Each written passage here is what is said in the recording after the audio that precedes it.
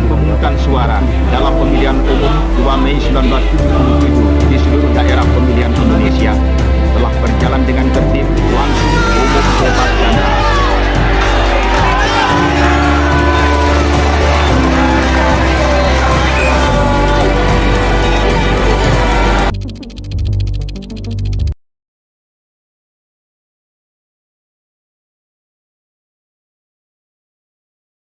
Bagaimana pendapat Anda tentang pemilu 2024? Pemilu 2024 untuk saat ini sudah mulai memanas, mulai menarik.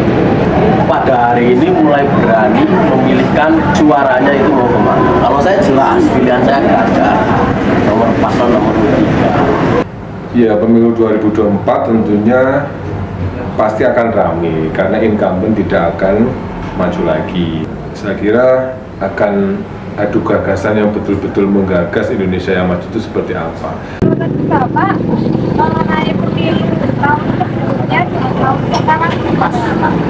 Menurut saya sampai sekarang ya, karena selama ini belum pernah ada berita-berita kejadian yang aneh-aneh lah menurut saya. Biarkan tekanan sekarang kan udah santai, maksudnya ya milih sesuai nurani lah. Terus terkait dengan janji-janji calon presiden itu, pendapat Mas apakah bisa terlaksana atau cuma gimmick-gimmick? Kalau janji itu biasanya tergantung dengan program yang ada, Mbak. Yang pertama ketika memang program itu memang benar-benar direncanakan, itu mungkin bisa direalisasikan. Apabila program tersebut hanya untuk sebagai media mencari suara yang dimana itu sering terjadi di negara Indonesia, maka janji maupun program-program itu hanya sebatas wacana dan nggak ada realisasi dari program yang ada.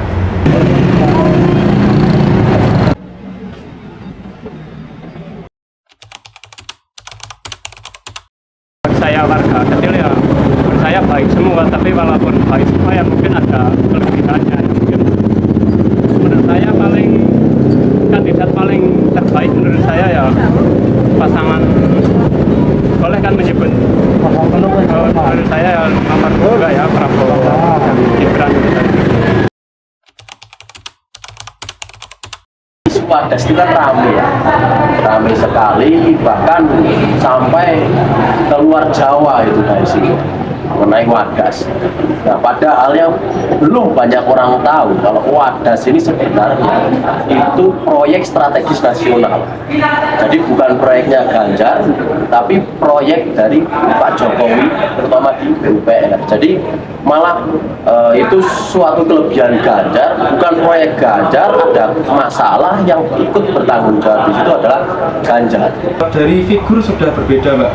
Yang pertama sebelumnya Anies yaitu menggandeng AHY, di mana AHY orang yang benar-benar paham tentang geoekonomi sama geopolitik terkait Asia Pasifik, dan sekarang AHY bergabung ke kubu nomor 2 bergabung dengan Prabowo dan juga Gibran, dan ketika Anies melepas dia, maka nomor undi 1 Anies akan minus di ketahanan negara.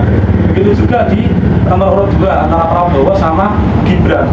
Keduanya mungkin menurut pendapat saya akan sedikit jomplang di masalah pendidikan seperti itu. Tapi di nomor undi ketiga yaitu pasangan Ganjar sama Mahfud MD, itu orang yang paham tentang ekonomi.